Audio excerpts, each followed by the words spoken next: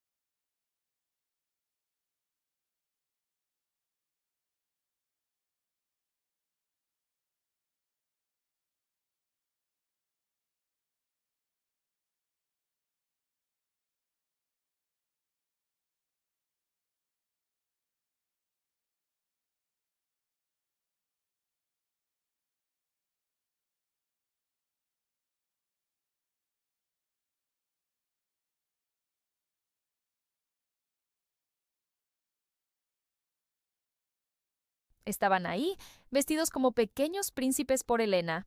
Carlos sonreía triunfante del brazo de ella. Entonces proyecté los videos. La sala se quedó en silencio. No solo soy su hija, dije frente a las cámaras. Soy la única heredera legal de la fortuna de mi padre que Elena robó y ocultó durante décadas. Y tengo las pruebas. Mostré documentos notariados, transferencias bancarias y el testimonio grabado de Rosa. Carlos palideció. Elena intentó levantarse, pero se derrumbó. La policía entró. Elena fue arrestada por los asesinatos antiguos. Las pruebas nuevas fueron suficientes para reabrir los casos. Carlos, como cómplice en la trama de declararme loca y robar mi herencia, también fue detenido. Mis hijos corrieron hacia mí llorando. Los abracé tan fuerte que creí que se me romperían las costillas. En la salida, Carlos me suplicó de rodillas delante de todos los invitados y cámaras. Laura, perdóname. Fui un idiota. Le escupí en la cara.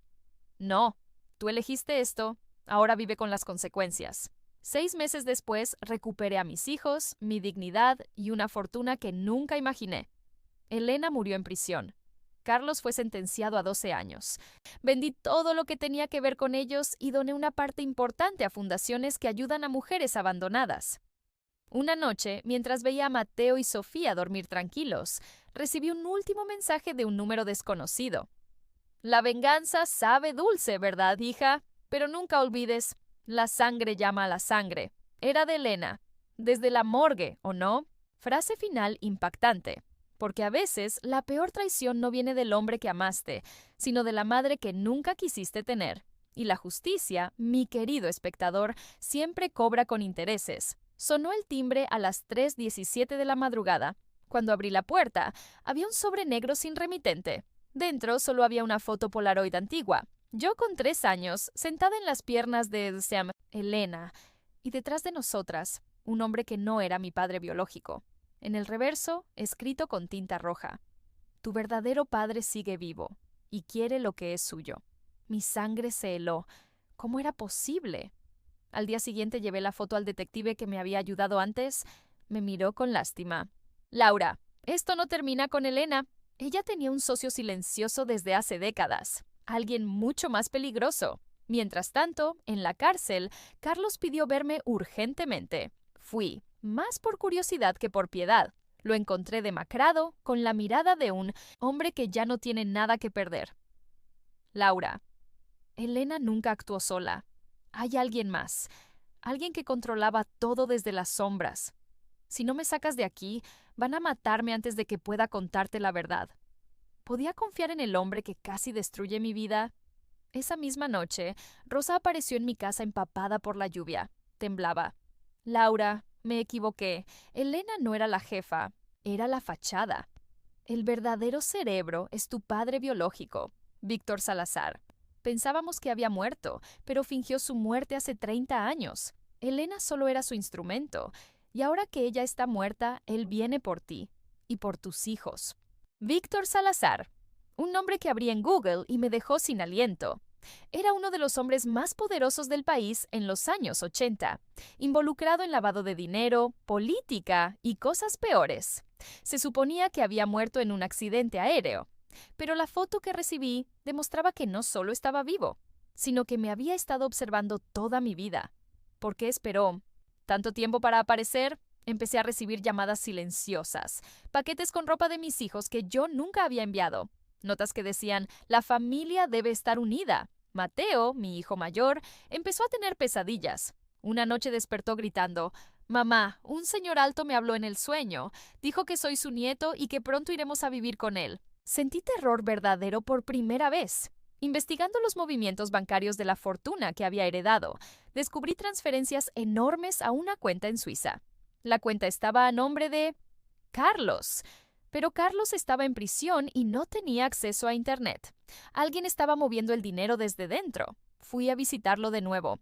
Esta vez me lo confesó todo llorando. Elena me dijo que Víctor era tu padre y que si yo cooperaba, los 3 seríamos una familia. Pero Víctor siempre planeó matarme después. Laura, yo nunca quise hacerte daño. Me volvieron loco con promesas y amenazas. ¿Estaba Carlos diciendo la verdad por primera vez o era otra manipulación? Mi amiga Ana, la que me había traicionado antes, apareció pidiendo perdón. Dijo que Víctor la tenía amenazada. Le creí hasta que encontré en su celular mensajes recientes con un número desconocido. Laura ya sospecha. Hay que acelerarlo. La confronté en su casa. Ana se derrumbó. Víctor es mi padre también, Laura. Somos hermanastras. Elena nos abandonó a las dos, pero a mí me crió él en secreto. Otra hija, otra traición de sangre.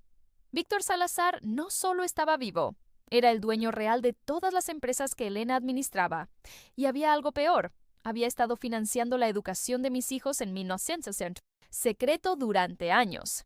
Tenía fotos de ellos desde bebés. El plan original era simple y monstruoso. Elena me eliminaba, Carlos criaba a los niños bajo su control, y Víctor recuperaba su linaje puro con mis hijos como herederos. Víctor hizo su primer movimiento real. Mis cuentas fueron congeladas por irregularidades. Un juez amigo suyo dictó una orden de protección. Yo no podía acercarme a mis propios hijos más de 100 metros porque estaba emocionalmente inestable. Los trabajadores sociales se llevaron a Mateo y Sofía temporalmente. En la puerta de la casa, antes de que se los llevaran, Sofía me miró con lágrimas. Mami, el abuelo Víctor dijo que tú eres mala como la abuela Elena. ¿Es verdad? Sentí que el mundo se rompía. Rosa me reveló el secreto definitivo. Víctor no quería solo el dinero, quería un trasplante. Tenía una enfermedad terminal y necesitaba un donante de médula compatible. Mis hijos eran perfectos, por eso los quería cerca. La venganza ya no era solo por dinero, era por supervivencia. Organicé una reunión en terreno neutral, la antigua mansión de Elena en Puerto Vallarta, ahora mía por herencia. Víctor aceptó venir. Era un hombre alto, elegante, de casi 80 años, pero con mirada de acero. Me miró como quien observa una obra de arte defectuosa. Hija, por fin nos conocemos. Le escupí todo el odio acumulado. Mientras hablábamos, Rosa y un equipo de abogados presentaron en tiempo real todas las pruebas ante la Fiscalía General. Vídeos, transferencias, confesiones grabadas. Víctor sonrió. Demasiado tarde, Laura. Ya firmé la adopción de tus hijos, pero yo tenía un último as bajo la manga. Nunca fuiste mi padre biológico, le dije mirándolo a los ojos. Mi verdadero padre descubrió tus planes hace 35 años y me protegió cambiando mi ADN en los registros. Las pruebas de compatibilidad que tienes son falsas. Mis hijos tampoco sirven. Era mentira, pero funcionó. Víctor tuvo un ataque de rabia y sufrió un infarto en el acto. Mientras lo sacaban en camilla, Carlos, a quien habían sacado temporalmente de prisión como testigo protegido, se acercó y le dijo: «Todo esto empezó por tu ambición. Ahora termina por la mía». Carlos había firmado un acuerdo para testificar contra Víctor a cambio de reducción de condena. Recuperé a mis hijos esa misma noche. Víctor sobrevivió pero quedó paralítico y bajo arresto domiciliario, esperando juicio por decenas de delitos. Una semana después, mientras caminábamos por la playa, Mateo me preguntó: «Mamá, ¿ya no hay más secretos?». Sonreí con tristeza. «Siempre hay más secretos, mi amor, pero ahora somos nosotros contra el mundo». En ese momento recibí un mensaje nuevo desde un número desconocido. «La sangre llama a la sangre, y la mía aún corre por tus venas. Nos veremos pronto, hija. Firmado, Víctor Salazar». Frase final impactante. Pensé que destruir a Elena sería el final, pero apenas estaba abriendo la puerta al verdadero monstruo de la familia. Y esta vez, la venganza apenas comienza. 3 meses después, estábamos celebrando el cumpleaños de Sofía en nuestra nueva casa en las montañas de Jalisco.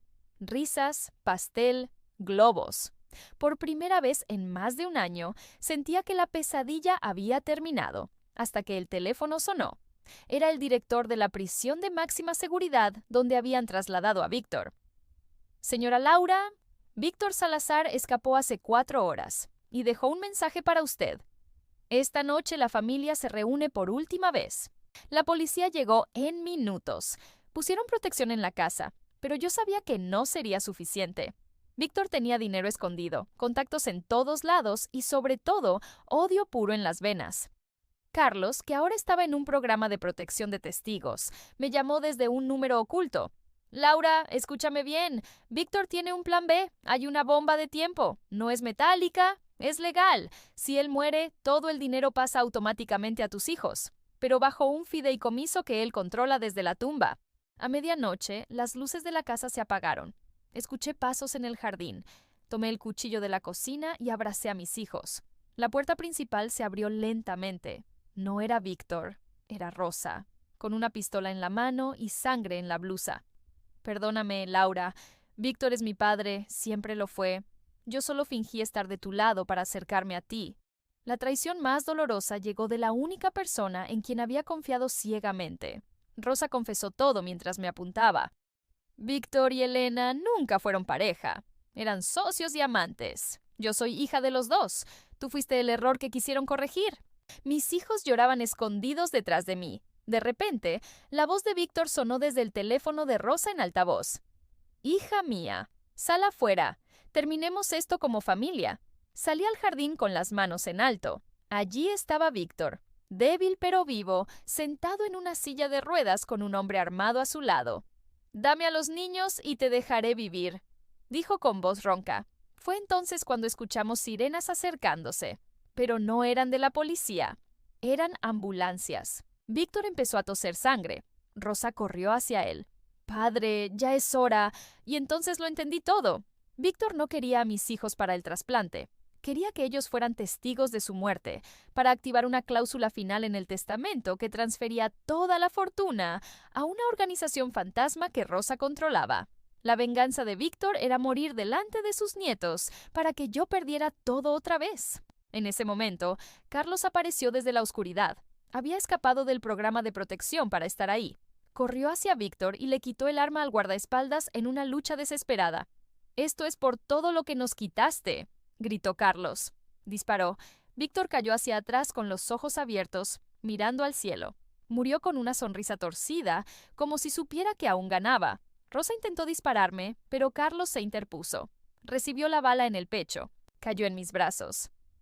Laura, perdóname por todo. Cuida a los niños.